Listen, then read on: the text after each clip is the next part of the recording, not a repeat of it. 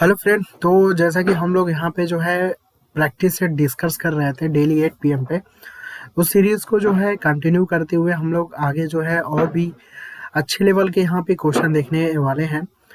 तो जैसे कि जो लोग इस चैनल पे नए हैं वो लोग चैनल को सब्सक्राइब कर लें, और जो लोग next level power MCQ series को नहीं जानते हैं तो वो लोग जान लें कि next level power MCQ series जो है डेली 8 पीएम पे चलता है। और इसमें जो है मिक्स टाइप के एमसीक्यू मिलते हैं। जो अभी इंडिया में जो भी एग्ज़ाम आप देते हो सभी एग्ज़ाम का जो एनालिसिस है इस पूरे सीरीज़ में आपको मिल जाएगा। एक तरीके से लेटेस्ट क्वेश्चन होंगे, क्या क्वेश्चन बन सकते हैं, क्या क्वेश्चन जो है अभी ट्रेंड में है, सारी चीज़ों आपको यहाँ पे जानकारी मिलेगी। तो ये जो सेशन है सभी एग्ज़ाम के लिए इम्पॉर्टेंट है। आप स्क्रीन पे दिए गए जितने भी एग्ज़ाम देख रहे हो सभी एग्ज़ाम के लिए इम्पॉर्टेंट है। वैसे ये ऑल इंडिया एग्ज़ाम जितने भी होते हैं जेई का और एई का सभी को देखते हुए यहाँ पे ये सीरीज़ को कंटिन्यू किया जा रहा है। तो ये जो लेक्चर है आपका 12 नंबर है। इससे पार्ट 11 तक जो है मैंने अपलोड कर दिया हुआ है पार्ट 11 तक, ठीक है। तो पार्ट 11 तक आप देख लीजिएगा, प्लेलिस्ट आपको मिल जाएगा। प्लेलिस्ट में आपका यूपीपीसीएल, यूपी आर्मिनल ऐसे करके होगा 2022 एग्ज़ाम करके, तो वहाँ पे जाइएगा तो पूरा सीरीज़ आपको मिल जाएगा। तो उसी सेशन को आगे बढ़ाते हुए जो है हम लोग यहाँ पे जो है 12 पार्ट नंबर ये आपका 12 है, सीरीज़ को आगे कंटिन्यू कर रहे हैं। तो इस सीरीज़ में आपका सभी एग्ज़ाम के लिए इम्पॉर्टेंट है। इस डाउट में मत रहिएगा कि इस एग्ज़ाम के लिए है, इस एग्ज़ाम के लिए इम्पॉर्टेंट नहीं है, ठीक है। क्योंकि इसमें लगभग सभी लेटेस्ट एमसीक्यू होंगे और कहीं ना कहीं सभी एग्ज़ाम के लिए आपका फ़ायदा करेगा। जो भी आप रिसेंटली इंडिया में अगर हो तो इंडिया में जो भी एग्ज़ाम आप दे रहे हो सभी एग्ज़ाम के लिए बेनिफिट होगा। क्योंकि 3-4 ही एग्ज़ाम कंपनी है जो आपका पूरा एग्ज़ाम कंडक्ट कराती है।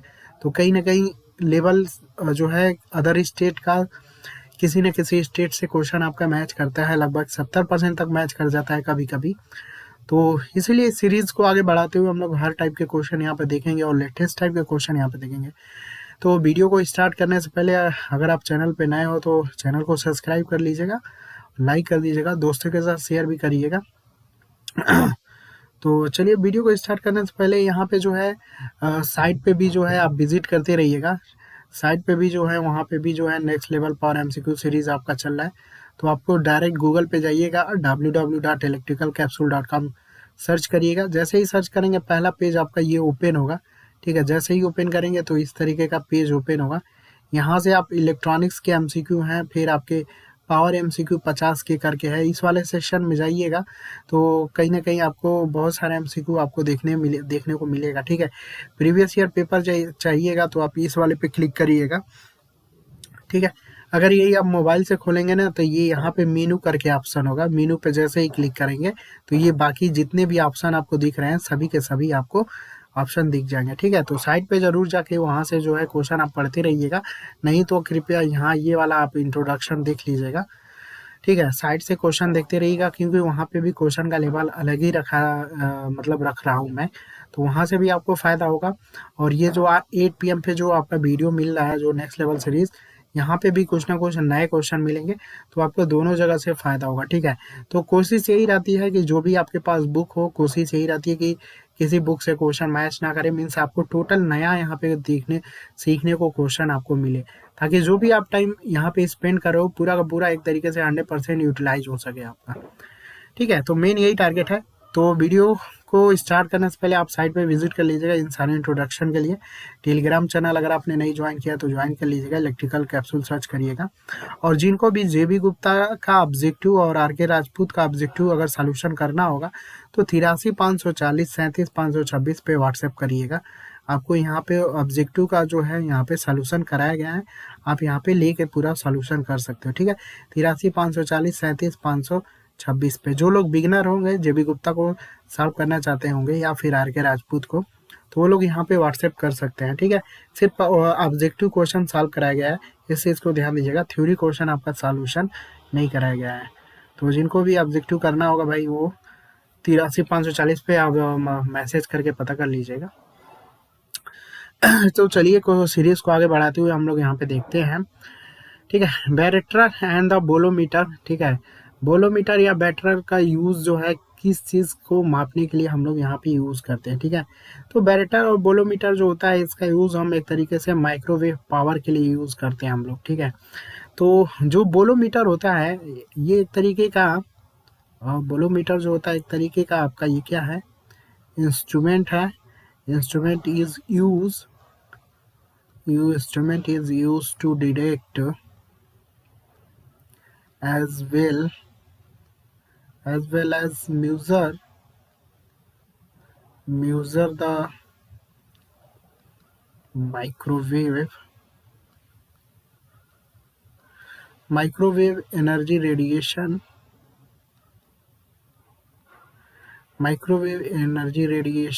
and heat is known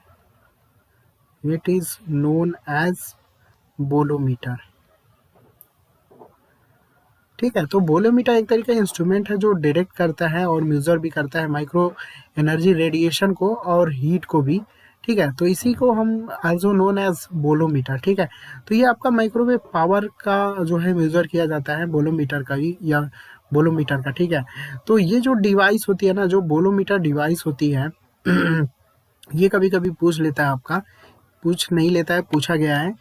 ये आंध्र प्रदेश के किसी स्टेट में आपका ये क्वेश्चन पूछा गया था, इसलिए मैं यहाँ पे इसको बता रहा हूँ आपको, जस्ट 1 सेकेंड। जो बोलोमीटर जो होता है ये एक तरीके का डिवाइस है, इस चीज़ को ध्यान दीजिएगा, ठीक है। पहला ही क्वेश्चन यहाँ पे पूछा गया था, बोलोमीटर डिवाइस है, इंस्ट्रूमेंट, इस तरीके से ऑप्शन था आपका, ठीक है। तो ये आपका डिवाइस यहाँ पे रखिएगा, ठीक है। तो ये एक तरीके का डिवाइस है जो वर्क करता है, किस चीज़ पे करता है, ये क्वेश्चन आया हुआ था किसी स्टेट में। ये आपका है, ये डिवाइस है जो वर्क करता है टेम्परेचर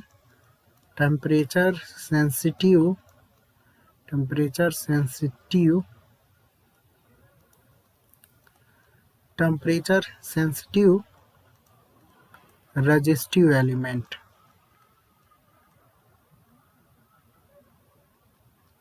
तो ये काफ़ी इंपॉर्टेंट है। जो बोलोमीटर होता है वो आपका टेम्परेचर सेंसिटिव रेजिस्टिव एलिमेंट है, जिसमें क्या होता है कि इसका रेजिस्टेंस जो होता है इस एलिमेंट का चेंज हो सकता है टेम्परेचर के थ्रू, या डिपेंडेंट है एक तरीके से, ठीक है। तो बस इजीली आपको यही याद रखना है, ये क्वेश्चन आपका पूछा गया था।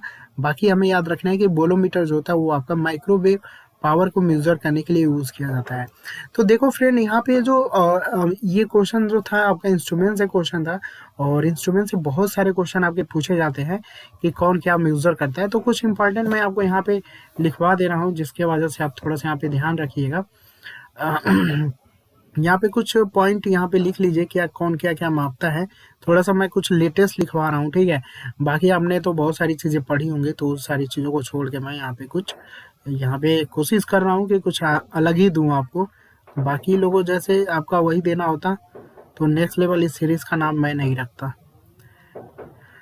डिस्टॉर्शन मीटर जो होता है, ये सारे क्वेश्चन आए हुए हैं, एक चीज़ को ध्यान दीजिएगा, ठीक है। कोई ना कोई स्टेट में सभी क्वेश्चन आए हुए हैं आपके। तो डिस्टॉर्शन जो मीटर होता है ना, इसका यूज हम करते हैं स्पेसिफिक फ्रीक्वेंसी को डिटरमाइन करने के लिए, ठीक है। डिस्टॉर्शन मीटर का यूज हम लोग करते हैं स्पेसिफिक फ्रीक्वेंसी को डिटरमाइन करने के लिए यूज करते हैं। इसी तरीके से अगला देख लीजिए, डिजिटल जो काउंटर होता है, डिजिटल काउंटर का यूज हम कहाँ पे करते हैं, किस चीज़ को मापने के लिए, तो हम इसका यूज करते हैं फ्रीक्वेंसी को मापने के लिए, ठीक है। डिजिटल काउंटर का यूज फ्रीक्वेंसी को मापने के लिए यूज करते हैं। एक क्वेश्चन अभी हाल ही में यहाँ से और पूछा गया था कि जो फ्लो नोजल का क्या मतलब किस चीज़ को मापने के लिए फ्लो नोजल यूज करते हैं। या फिर ये क्वेश्चन यहाँ से यहीं से एक क्वेश्चन घुमा के पूछा गया था कि ऑरिफिस जो मीटर होता है इससे हम लोग क्या नापते हैं। इसी तरीके से एक और क्वेश्चन घुमा के यहीं से पूछा गया था कि जो बेंड मीटर होता है ये क्या नापता है, ठीक है। इसी तरीके से रोटामीटर तो कई बार पूछा हुआ है, तो रोटामीटर आप लोग बता दोगे, लेकिन इसी को कई तरीके के नाम से घुमा के अगर दे दे तो बहुत लोग यहाँ पे जो है कंफ्यूज हो जाएंगे, ठीक है। तो फ्रेंड, अगर फ्लो नोजल दे दे, ऑरिफिस मीटर या बेंड मीटर या फिर रोटामीटर, ये सभी के सभी जो है आपका रेट ऑफ फ्लो को मेजर करते हैं, ठीक है, रेट ऑफ फ्लो को। तो इस चीज़ को ध्यान रखिएगा, ठीक है। क्वेश्चन कैसे भी घुमा के दे, आपको घूमना नहीं है आपका यहाँ पे। इसी तरीके ये हमें पता है कि जो पीटा ट्यूब होता है, पीटा जो ट्यूब होता है, इसका यूज हम करते हैं वेलोसिटी को मेजर करने के लिए। तो आगे यहाँ पे देखिए और भी सारे इंस्ट्रूमेंट है हमारे पास, जैसे कि अगर पूछ ले कि जो हार्ट वायर एनोमीटर होता है, हार्ट वायर एनोमीटर, इसका यूज हम कहाँ पे करते हैं भाई? तो इसका यूज हम एयर एंड गैस की वेलोसिटी को मेजर करने के लिए यूज करते हैं। ये सभी के सभी कुछ क्वेश्चन आए हुए हैं, कुछ क्वेश्चन आ भी सकते हैं, इसलिए मैं आपको यहाँ पे लिखवा रहा हूँ, ठीक है। तो ये सारी कुछ नई चीज़ें हैं, आप यहाँ पे देख लीजिएगा, ठीक है। बाकी और भी जब टाइम मिलेगा तो और भी बहुत सारे जो मेजर क्वांटिटी है वो आपको लिखवा दिया जाएगा, ठीक है। तो ये एक तरीके से लगभग न्यू ही समझिएगा, जो अभी क्वेश्चन पूछे गए हैं, और भी अदर स्टेट में क्वेश्चन आपके आ सकते हैं आपका। तो चलिए आगे क्वेश्चन हम लोग देखते हैं, नेक्स्ट क्वेश्चन की तरफ चलते हैं। यहाँ पे अब अगले क्वेश्चन में यहाँ पे देखिए दिया गया है, इन ए सर्वो सिस्टम में जो डिवाइस यूज करते हैं प्रोवाइडिंग द डिरेटिव फीडबैक के लिए, ठीक है। जो सर्वो सिस्टम का जब पढ़िएगा तो उसमें डिरेटिव फीडबैक हम लोग देते हैं, उसको जो डिरेटिव फीडबैक देते हैं उसको हम लोग क्या बोलते हैं? उसको हम बोलते हैं टेको जनरेटर, ठीक है। तो सर्वो सिस्टम का यहाँ पे आप देख लीजिएगा फिगर, ठीक है, नेट से। और यहाँ पे नॉर्मली ऊपर इंट्रोडक्शन ही क्वेश्चन आपका पूछ सकता है, जो भी एग्जाम में ज़्यादा डीपली जाके आपका कंस्ट्रक्शन वर्किंग नहीं पूछेगा, ठीक है। सर्वो सिस्टम में जो भी हम फीडबैक के लिए यूज़ करते हैं उसे हम बोलते हैं टेको जनरेटर, ठीक है। तो इस चीज़ को देख लीजिएगा नॉर्मली फिगर के थ्रू। तो चलते हैं फ्रेंड अगले क्वेश्चन की तरफ यहाँ पे। तो देखिए ये क्वेश्चन जो है काफ़ी इंपॉर्टेंट क्वेश्चन है। अभी जो आपने देखा होगा कि पोटेंशियोमीटर से क्वेश्चन नॉर्मली क्वेश्चन आते थे थ्योरी से, लेकिन यहाँ पे छोटा सा आपका न्यूमेरिकल पूछा जा सकता है पोटेंशियोमीटर से, तो इजीली आप इसको इम्पोर्टेंट लगा लीजिएगा। और जो भी बुक में अगर पोटेंशियोमीटर आप मेजरमेंट में पढ़े होंगे, वहाँ पे जाके इसे इंक्लूड कर दीजिएगा इस क्वेश्चन को, ठीक है। क्योंकि ये क्वेश्चन यहाँ से कंफर्म है, अगर इस टाइप के क्वेश्चन पोटेंशियोमीटर से तो बन ही रहा है। देखो एग्जामिनर क्या करते हैं, जो भी क्वेश्चन अगर उनको ऐसा नहीं है कि जो क्वेश्चन बन चुका है उसी को लोग ज़्यादा फ्रेम करते हैं, ठीक है। उनका नया काम होता है कि कोशिश यही रहती है कि प्रीवियस ईयर से मैच ना करे क्वेश्चन, ठीक है। तो अभी पोटेंशियोमीटर से आप देखिएगा तो इस टाइप के क्वेश्चन आपको नहीं मिलेंगे देखने को। ज़्यादातर आपका क्या मेजर करता है, नॉर्मली क्वेश्चन पूछ लेगा, यही सारी चीज़ें, ठीक है। कभी कभी आ रहा है क्वेश्चन यहाँ से, मतलब अगर छोटा सा न्यूमेरिकल देखा जाए तो ये सारी चीज़ें क्वेश्चन आ सकते हैं, ठीक है। तो यहाँ पे देखना है how many turn of wire are needed to be provide a potentiometer. Potentiometer में कितने how many turn of wire, जो वायर का टर्न होगा वो कितना रिक्वायर्ड होगा रिजोल्यूशन को, अगर हमें इतना परसेंटेज रखना है, ठीक है। तो यहाँ पे जो है परसेंटेज ऑफ जो है लिख लीजिएगा यहाँ पे, percent of resolution, percentage of resolution is equal to 100 बटा नंबर ऑफ टर्न, ठीक है, 100 बटा नंबर ऑफ टर्न। यही फार्मूला आपको याद रखना है, बाकी यहाँ पे आपका क्वेश्चन जो है वो हो जाएगा आपका, ठीक है। तो यहाँ पे जो रिजोल्यूशन है, जस्ट 1 सेकेंड, रिजोल्यूशन आपका कितना दिया गया है आपका 0.5%। तो यहाँ पे आप लिख लीजिएगा इतना परसेंटेज दिया गया है आपका, ऊपर आपको 100 रखना है और नीचे जो है नंबर ऑफ टर्न आपको निकालना है, तो यन हमें चाहिए। तो यहाँ से जैसे यन निकालिएगा तो ये हो जाएगा 100 बटा 0.05। इसको आप कैलकुलेट कर लीजिएगा, तो ये लगभग जो है 2000 के आसपास क्वेश्चन इसका आंसर होगा आपका, ठीक है। तो ये काफ़ी छोटा ही है, लेकिन फार्मूला अगर आपको नहीं पता होगा तो आप यहाँ से क्वेश्चन इसको नहीं बना पाओगे, ठीक है। और काफ़ी छोटा क्वेश्चन है और काफ़ी इंपॉर्टेंट भी क्वेश्चन है, इसको भी लिख लीजिएगा। काफ़ी छोटा भी है और काफ़ी इंपॉर्टेंट भी क्वेश्चन है, तो इसलिए आप इसको ध्यान रखिएगा, ठीक है। चलते हैं हम लोग अगले क्वेश्चन की तरफ। तो देखिए फ्रेंड, इस टाइप के भी क्वेश्चन आपको नहीं मिलेगा देखने के लिए नोडल एनालिसिस से। बहुत सारे क्वेश्चन देखो इससे पहले न्यूमेरिकल आते थे, अभी क्या है कि थ्योरी का भी इस तरीके से घुमा के क्वेश्चन पूछा जा रहा है कि बहुत लोगों को आते हुए भी क्वेश्चन नहीं कर पाएंगे लोग, ठीक है। तो देखो कोई भी क्वेश्चन ऐसा नहीं है, जो भी मैं क्वेश्चन करा रहा हूँ तो आउट ऑफ सिलेबस है, या फिर आप ये सब माइंड में मत रखिएगा। जो भी क्वेश्चन है एक तो लेटेस्ट है और दूसरा एकदम एग्जाम ओरिएंटेड है आपका, ठीक है। तो इसको आप डाउट में मत रखिएगा कि मतलब फालतू क्वेश्चन है आपका, ठीक है। ये सब माइंड में मत रखिएगा, क्योंकि जो भी क्वेश्चन है एग्जाम और पैटर्न पे है और आने की पॉसिबिलिटी इस टाइप के क्वेश्चन की रहेगी भी रहेगी आपका। चलो अगला क्वेश्चन यहाँ पे देखते हैं। Number of equation to be required analysis in given network nodal analysis is equal to the. तो यहाँ पे देखो जो नंबर ऑफ इक्वेशन की जो रिक्वायर्ड होगी, अगर मान लो हमें नोडल एनालिसिस करना है तो यहाँ पे जो नंबर ऑफ इक्वेशन की रिक्वायर्ड होगी वो इक्वल होगा किसके अकॉर्डिंग, ठीक है। तो आप लोग कोशिश करिएगा कि अपना खुद आंसर दीजिएगा। तो जो नोडल एनालिसिस होता है भाई, तो ये हम इसका मेनली यूज केसीएल, नोडल जब भी हम यूज करते हैं तो वहाँ पे केसीएल यूज करते हैं, ठीक है। तो कभी कभी ये भी क्वेश्चन पूछ लेता है कि नोडल एनालिसिस करते हुए हम किस समीकरण का यूज करते हैं, केसीएल केवीएल या दोनों का, ठीक है। तो केसीएल का यूज करते हैं हम लोग भाई, ठीक है, केसीएल का यूज करते हैं। और नंबर ऑफ केसीएल इक्वेशन अगर पूछ लेता है, मान लो यन नोड है और यहाँ पे जैसे नंबर ऑफ केसीएल इक्वेशन पूछ ले, नंबर ऑफ केसीएल इक्वेशन अगर पूछता है तो ये क्या कितना होता है आपका, n-1 होता है। n आपका क्या है, आपका नोड है आपका, ठीक है। n क्या है आपका, नोड है। तो नंबर ऑफ केसीएल इक्वेशन बराबर n-1, यानी n जो है वो आपका नोड है और n-1 को ही लिखा गया है, इसी को हम लोग लिख सकते हैं one less than the number of nodes, ठीक है। सोच लो फ्रेंड, इसी को घुमा के बस आपको बोला गया है one less than the number of node, ठीक है। तो नंबर ऑफ केसीएल इक्वेशन या नोडल एनालिसिस करते वक्त जो केसीएल का इक्वेशन होता है वो n-1 होता है। n-1 को ही लिखा गया है आपका one less than the number of node, ठीक है। तो इसी तरीके से मान लो अगर मेश एनालिसिस की हम बात कर लेते हैं, तो मेश एनालिसिस जब भी हम लोग करते हैं तो वहाँ पे यूज क्या करते हैं हम लोग, केवीएल लगाते हैं ना। तो यहाँ पे क्या हो जाएगा आपका, केवीएल इक्वेशन हो जाएगा आपका। तो केवीएल इक्वेशन देखो निकालने के लिए हमें फार्मूला होता है b-n+1 होता है आपका, ठीक है। b-n+1 होता है। तो जिसमें से आपका जो b है वो आपका क्या है, b जो है वो आपका ब्रांच है आपका, ठीक है। b जो है वो आपका ब्रांच है और n जो है वो आपका क्या है, नोट्स है आपका, ठीक है। तो नंबर ऑफ, यहाँ पे लिख लीजिएगा नंबर ऑफ केवीएल इक्वेशन, ठीक है, या फिर ये आपका होता है। इसी को अगर मान लो मेश एनालिसिस करते हो केवीएल यूज करते हैं और केवीएल इक्वेशन आपका b-n+1 होता है, जहाँ पे b जो है ब्रांच है, n जो है वो आपका नोट्स है, ठीक है। तो यहाँ पे जो केवीएल इक्वेशन होता है, अगर इसी ऑप्शन में मान लो इसको हम और भी बोल सकते हैं number of independent loop equation, ठीक है। अगर ऑप्शन में यही आपको दिया जाएगा, ठीक है। जैसे यहाँ पे यही पूछेगा कि जो नंबर ऑफ इक्वेशन की जो रिक्वायर्ड होगी अगर मेश एनालिसिस में, वो किसके इक्वल होगी, तो आपका किसके इक्वल होगा, number of independent loop equation के, ठीक है।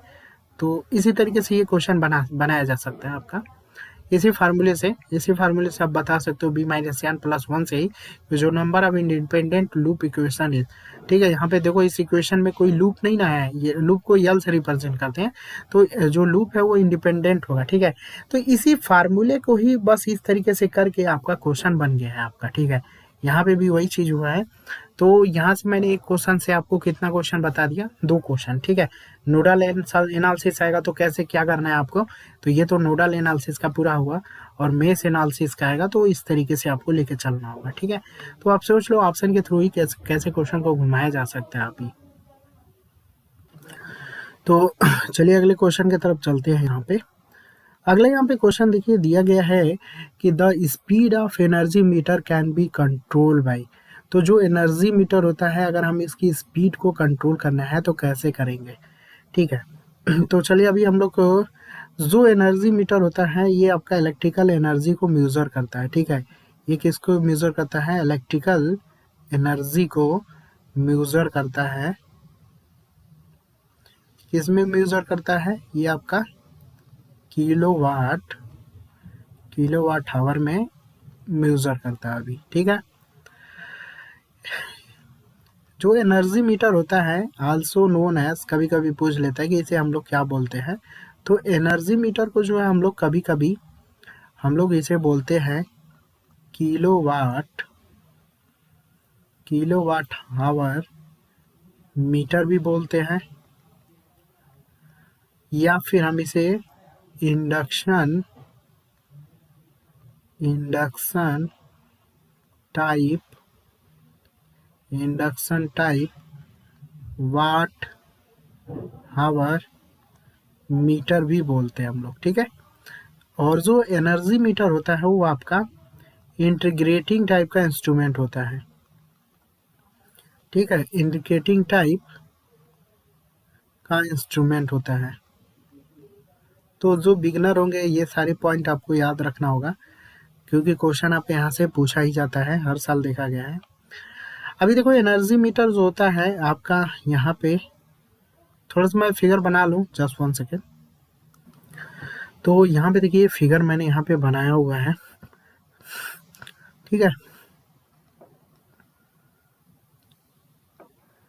यहाँ से सप्लाई है और यहाँ से मान लो लोड के लिए हम यहाँ पे कंसीडर कर सकते हैं, ठीक है। यहाँ पे वाइंडिंग का देखो ज़्यादा कुछ नहीं है आपका, ये इस तरीके से बना दीजिएगा। ये जो होता है शंट मैग्नेट होता है आपका, इसे हम बोलते हैं, जो ऊपर वाला होता है इसे शंट मैग्नेट होता है। और ये देखो ये जो होता है आपका ब्रेकिंग मैग्नेट होता है, यहीं से स्पीड कंट्रोल करते हैं हम लोग, ठीक है, ब्रेकिंग मैग्नेट इसे बोलते हैं हम लोग।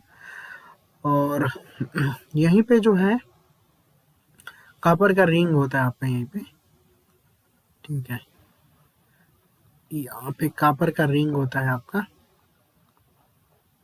कॉपर का रिंग होता है ये आपका सीरीज मैग्नेट है,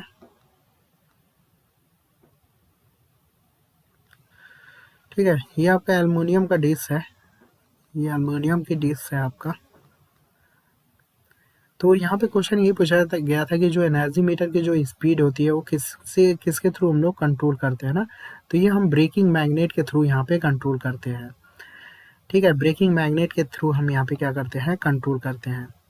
अब यहाँ पे देखो अगर हम यहाँ पे इस फिगर के थ्रू अगर हम देखना चाहें तो यहाँ पे जो अपर मैग्नेट है शंट मैग्नेट बोलते हैं, या फिर इसे हम लोग अपर मैग्नेट भी बोलते हैं, ठीक है। तो यहाँ पे लिख लीजिएगा शंट मैग्नेट को ही हम लोग कभी कभी अपर मैग्नेट, क्वेश्चन पूछ सकता है आपका, ठीक है, अपर मैग्नेट भी बोलते हैं हम लोग, शंट मैग्नेट को हम लोग अपर मैग्नेट भी बोलते हैं। और ये किस तरीके से बिहेव करता है, behave like a potential coil, ठीक है, ये हमारा behave like a potential coil, potential coil, ठीक है, यहाँ पे लिख लीजिएगा potential coil behave as a behave, ठीक है, एज ए बिहेव। ये छोटे छोटे पॉइंट आते हैं, मैं बिगनर को भी यहाँ पे लेके चल रहा हूँ, बिगनर को भी यहाँ पे जानना जरूरी है। जो लोग 2 साल से 3 साल से पेपर दे रहे हैं उनको तो आइडिया होगा ही कि कैसे क्वेश्चन बनता है, लेकिन जो बिगनर है उनके लिए मैं यहाँ पे बताना चाहूँगा कि जो सैंड मैग्नेट को ही अपर मैग्नेट बोलते हैं, या फिर इसे पोटेंशियल कॉइल के जैसे मतलब behave as a potential coil, ठीक है, या potential coil as a behave. इसी तरीके जो सीरीज मैग्नेट होता है इसे हम लोग क्या बोलते हैं, इसे हम बोलते हैं लोअर मैग्नेट, ठीक है, लोअर मैग्नेट बोलते हैं। और ये हमारा बिहेव करता है, behave as a current coil, ठीक है, behave as a current coil के तरीके बिहेव करता है। तो ये हमारा एक तरीके से ड्राइविंग सिस्टम है आपका, ठीक है, यहाँ पे लिख लीजिएगा ड्राइविंग सिस्टम। कभी कभी क्वेश्चन पूछ लेगा यहाँ पे इसमें से ड्राइविंग सिस्टम कौन सा है हमारा, तो ये हमारा शंट मैग्नेट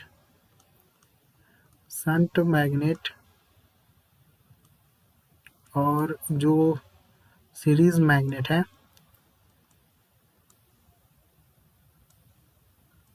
ये हमारा ड्राइविंग सिस्टम है, ठीक है, मतलब सिस्टम को ड्राइव यही करेगा भाई, क्योंकि फ्लक्स होगा ना तो इसके वजह से जब अपोजिंग फ्लक्स पैदा करेगा तो हमारा ड्राइविंग सिस्टम होगा, ठीक है।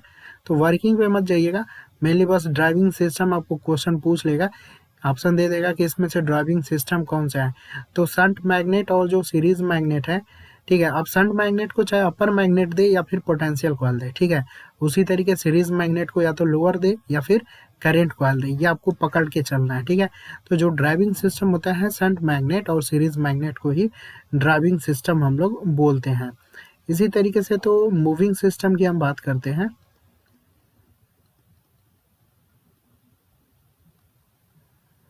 तो जो एल्युमिनियम की जो डिश होती है ना, ये हमारा मूविंग सिस्टम पे काम करता है, ठीक है। तो यहाँ पे याद रखिएगा कि ड्राइविंग सिस्टम किसको बोलते हैं, मूविंग सिस्टम किसको बोलते हैं। तो मूविंग सिस्टम जो होता है हमारा, एल्युमिनियम का जो डिस्क होता है ना, उसे हम लोग बोलते हैं मूविंग सिस्टम बोलते हैं, ठीक है। और ब्रेकिंग मैग्नेट को मैं नहीं लिखवा रहा हूँ, यहाँ से आप इजिली स्पीड कंट्रोल कर सकते हो, यहाँ पे लिख लीजिएगा इजिली स्पीड कंट्रोल, ठीक है, स्पीड कंट्रोल कर सकते हैं हम लोग। तो यहाँ पे देखिए और भी चीज़ें जो हैं, एक छोटा सा क्वेश्चन और यहाँ पे थोड़ा सा यहाँ पे याद रखिएगा कि जो एनर्जी मीटर होता है वो मेनली 3 टाइप का एनर्जी मीटर होता है ना। तो क्वेश्चन ये भी पूछ सकता है कि इसमें से कौन सा एनर्जी मीटर का प्रकार नहीं है। तो यहाँ पे देखो 3 टाइप के एनर्जी मीटर होते हैं, यहाँ पे लिखवा दे रहा हूँ मैं। पहला एनर्जी मीटर जो होता है आपका AC DC bath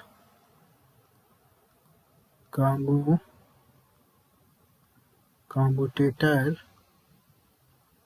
motor meter. AC DC both commutator motor meter होता है। दूसरा होता है हमारा DC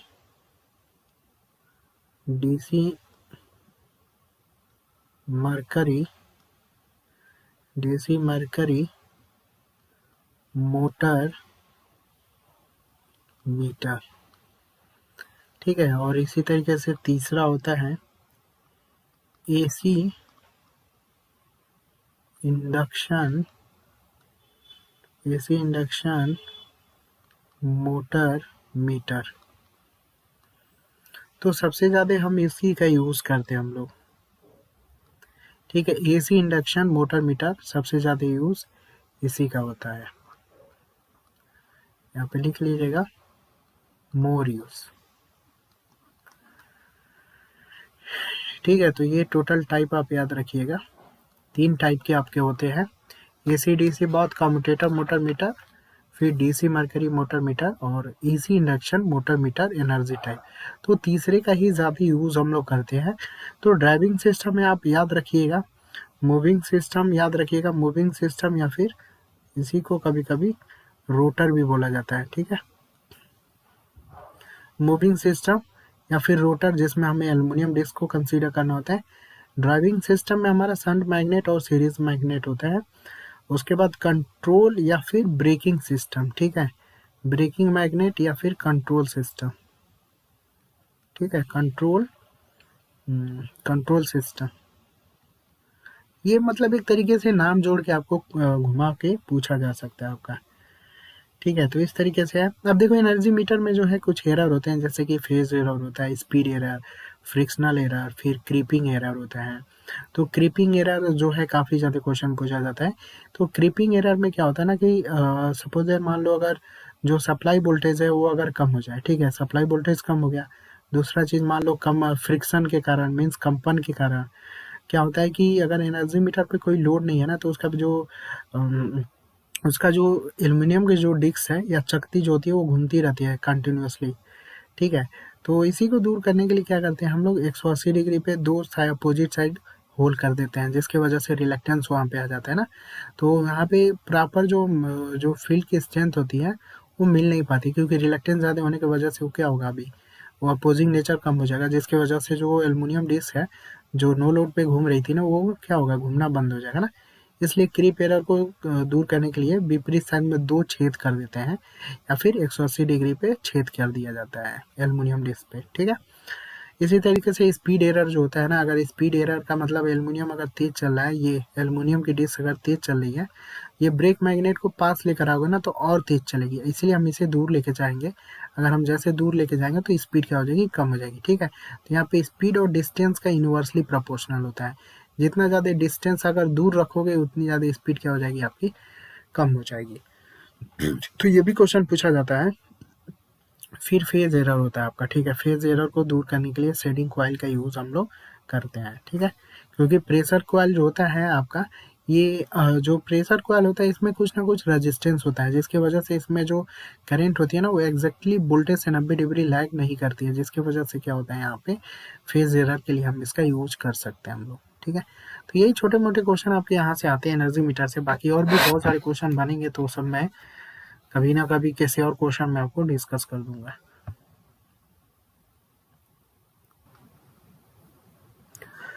तो चलिए अगले क्वेश्चन की तरफ यहाँ पे चलते हैं हम लोग।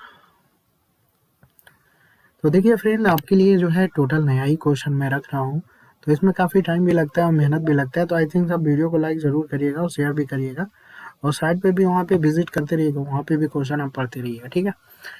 आगे यहाँ पे क्वेश्चन दिया गया है कि the sensitivity of A CRO is determined by. जो सीआरओ की जो सेंसिटिविटी होती है हम किससे डिटरमाइन कर सकते हैं, तो हम यूज़ कर सकते हैं वर्टिकल एम्पलीफायर के थ्रू जो है इसकी सेंसिटिविटी को हम लोग डिटरमाइन कर सकते हैं, ठीक है। तो ये याद रखिएगा भाई। अगले यहाँ पे क्वेश्चन देखिए दिया गया है कि the component of full wave voltage doubler circuit, ठीक है। The component of a full wave, the component of a full wave voltage doubler circuit, voltage doubler circuit में डायोड और कैपेसिटर कितना यूज होता है हमारा।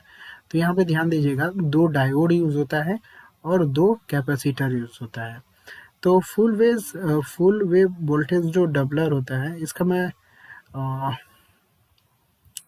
एक तो हाफ वेव हुआ, दूसरा फुल वेव वोल्टेज डबलर, इसके बारे में कुछ पॉइंट मैं आपको लिखवा दे रहा हूँ, जो आपके क्वेश्चन अगर बनना होगा तो यहाँ से याद रखिएगा।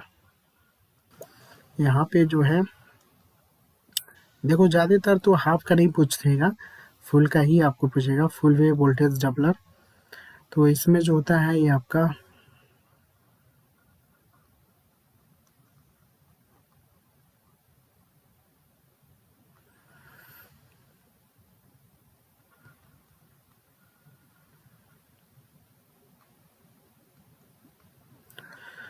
यहाँ पे जो है आपका, जस्ट 1 सेकेंड,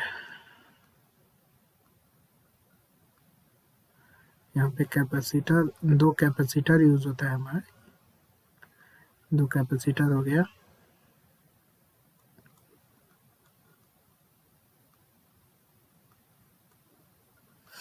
ये आपका ये प्लस हुआ और ये आपका माइनस हुआ, ये आपका 2V मैक्स होगा, 2V मैक्स।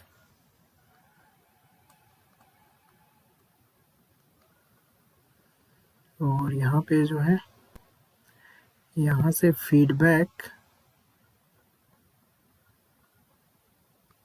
इस तरीके से हुआ, ठीक है। ये आपका डायोड है D1, ये जो डायोड है आपका D2 डायोड है।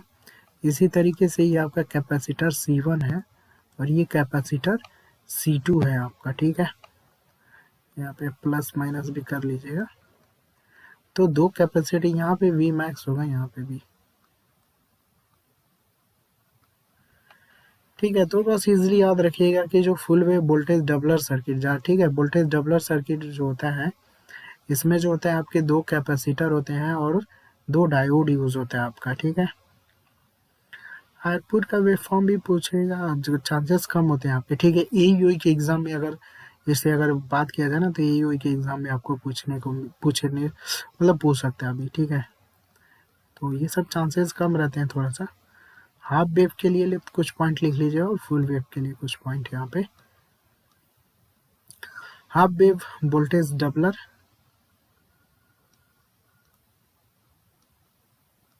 और full wave voltage doubler. Voltage doubler का मतलब वोल्टेज को डबल कर दे, ठीक है, वी मैक्स कर दे,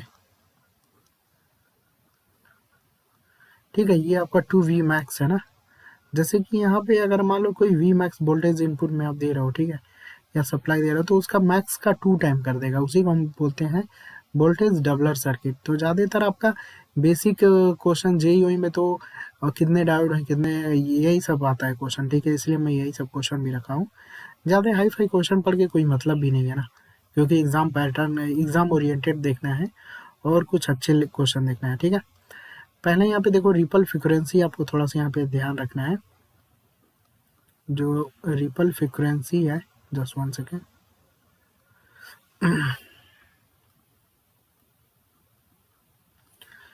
रिपल फ्रिक्वेंसी जो होगी यहाँ पे इनपुट सप्लाई फ्रिक्वेंसी के इक्वल होगी, और यहाँ पे जो होगा 2 टाइम्स इनपुट सप्लाई फ्रीक्वेंसी के बराबर होगी। ठीक है, ये पहला कॉन्सेप्ट आपको याद रखना है।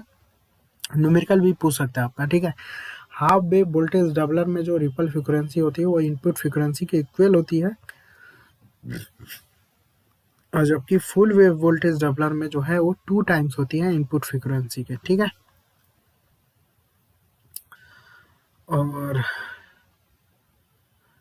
वोल्टेज रेगुलेशन ध्यान रखना।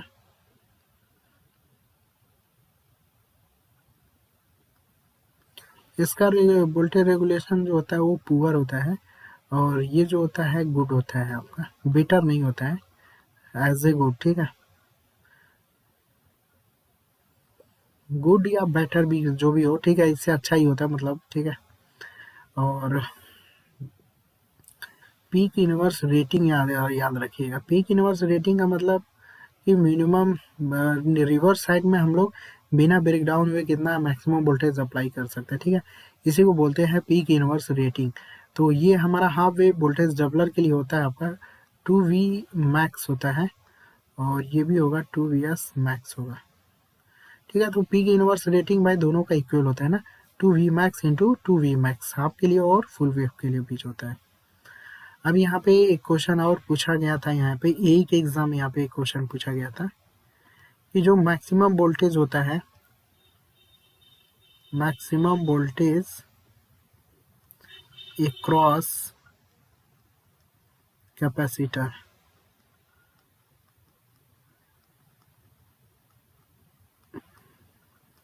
ठीक है, maximum voltage across capacitor each मतलब प्रत्येक के क्रॉस। तो यहाँ पे देखो हाफ वेव में अगर होगा तो यहाँ पे जो होता है वो 2V मैक्स, कैपेसिटर के क्रॉस जो वोल्टेज होगा वो ज़्यादा होगा, लेकिन फुल वेव में जो होता है वो आपका V मैक्स ही होगा आपका। ठीक है, तो इस चीज़ को ध्यान रखिएगा। यहाँ पे जो होगा कैपेसिटर के क्रॉस जो वोल्टेज होगा वो भाई क्या होगा, V मैक्स होगा, और यहाँ पे भी होगा V मैक्स।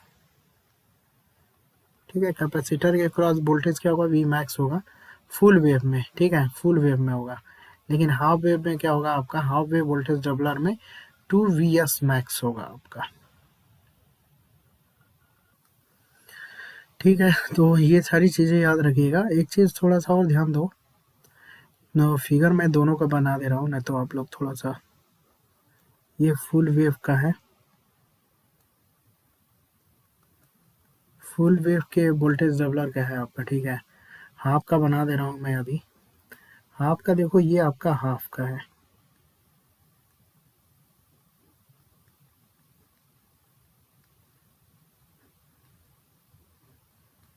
यहाँ पे भी जो आउटपुट होगा वोल्टेज डबलर का मतलब 2V मैक्स, वोल्टेज को डबल कर देगा। ठीक है, बस यहाँ पे सर्किट थोड़ा सा देख लीजिएगा, क्योंकि कभी कभी क्या होता है ना कि चित्र देके भी पूछ लेता है कि ये हाफ का है कि फुल का है, ऐसे क्वेश्चन बहुत आए हुए हैं।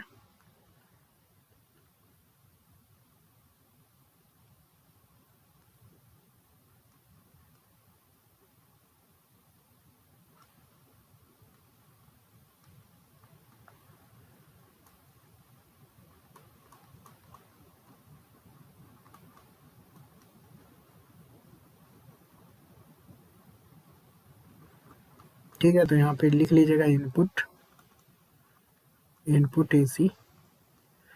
ठीक है, तो ये आपका फुल वेव का है, और ये आपका हाफ का है। बस आपका फिगर में अंतर है, बाकी देखो यहाँ पे भी जो है, अभी यहाँ पे भी जो है आपके D1 और D2 दो डायोड यूज होते हैं और दो कैपेसिटर यूज होते हैं। ठीक है, तो यहाँ पे जो हाफ वेव में जो कैपेसिटर के अक्रॉस जो वोल्टेज होगा वो आपका 2V मैक्स होगा। ठीक है, तो यहाँ पे याद रखिएगा, इसके अक्रॉस जो होगा वो 2V मैक्स होगा, ये याद रखना है आपको भाई, इसके क्रॉस होगा 2V मैक्स होगा। लेकिन अगर वही फुल वेव में अगर बात करें तो कैपेसिटर के क्रॉस वोल्टेज V मैक्स, और दो मतलब कैपेसिटर के क्रॉस वोल्टेज V मैक्स होगा। ठीक है, तो ये याद रखिएगा आपको, चित्र आपको याद रखना है, इसलिए मैंने चित्र को बना दिया है। जस्ट 1 सेकेंड हाईलाइटेड कर देता हूँ। ये आपका फुल वेव का है, और ये आपका हाफ वेव का है। ठीक है, ये half wave voltage doubler, full wave voltage doubler. याद रखिएगा, इलेक्ट्रॉनिक से काफ़ी क्वेश्चन देखने को मिल ही रहा है। तो यहाँ पे भी देखो, हाफ वेव में भी जो है यहाँ पे 2 डायोड और 2 कैपेसिटर यूज़ हो रहा है, ठीक है, और फुल में भी 2 डायोड और 2 कैपेसिटर। बस चित्र का यहाँ पे अंतर जो है थोड़ा ध्यान दीजिएगा, ठीक है, यहाँ पे लिख लीजिएगा, चित्र को ध्यान दें। अब चित्र को ध्यान देने का इजली मतलब ये है ना कि क्वेश्चन यहाँ से बनेगा आपका, ठीक है। यूपीपीसीएल के एग्जाम में, चाहे आप जेई का दे रहे हो या छोटे मोटे जो भी एग्जाम दे रहे हो, तो ये आपका चित्र दे दे के पूछ लेगा कि फुल वेव डबलर है या फिर हाफ वेव डबलर है। तो इस तरीके से आपको यहाँ पे याद रखना है। अभी देखो, वोल्टेज डबलर के बहुत सारे मतलब यूजेज होते हैं। कहाँ पे इसका यूज देखो, वोल्टेज डबल करने के लिए हमें जो हैवी ट्रांसफार्मर होता है ना, इन सारी चीज़ों को आप रिप्लेस कर सकते हो ना, कास्ट इफेक्टिव बना सकते हो। वोल्टेज डबलर सर्किट का यूज़ हम आयरन पंप में, टेलीविजन सीआरटी में यूज़ करते हैं, एक्सरे सिस्टम में, कॉपी मशीन, रडार सिस्टम में, और ट्रेवलिंग वेव ट्यूब जो होते हैं वहाँ पे भी हम लोग इसका यूज़ करते हैं, ठीक है। तो वोल्टेज डबलर का यूज़ होता है हम कहाँ पे कर सकते हैं, आयरन पंप्स में कर सकते हैं, फिर आपका टेलीविज़न सीआरटी में कर सकते हैं, एक्सरे में यूज़ कर सकते हैं हम लोग। जब आप कॉपी मशीन करते हो ना, मशीन की जब कॉपी होती है वहाँ पे यूज़ होता है वोल्टेज डबलर। रडार में उसका यूज़ होता है, रडार इक्विपमेंट में यूज़ होता है, और आपका ट्रेवलिंग वेव ट्यूब में यूज़ होता है, ठीक है। तो ये सारे यूज़ होते हैं आपका। तो चलिए फ्रेंड, आज के लिए इतना ही रखते हैं हम लोग, ठीक है। नेक्स्ट हम लोग मिलेंगे अगले मतलब क्वेश्चन के साथ। तो यहाँ पे सभी जो पॉइंट है वो ज़रूर ध्यान दीजिएगा, ठीक है।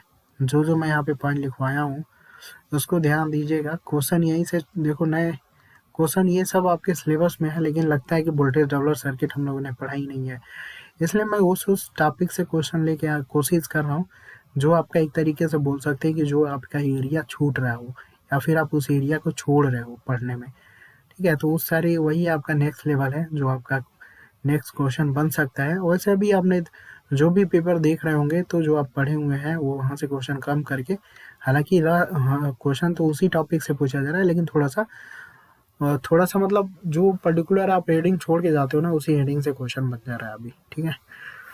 तो चलो आज के लिए इतना ही रखते हैं हम लोग, ठीक है। मिलते हैं नेक्स्ट टाइम। तो वीडियो को लाइक जरूर करिएगा और शेयर भी करिएगा दोस्तों के साथ, और डेली 8 PM पे आप बने रहिएगा, ठीक है। और साइड पे भी जाके क्वेश्चन देखते रहिएगा।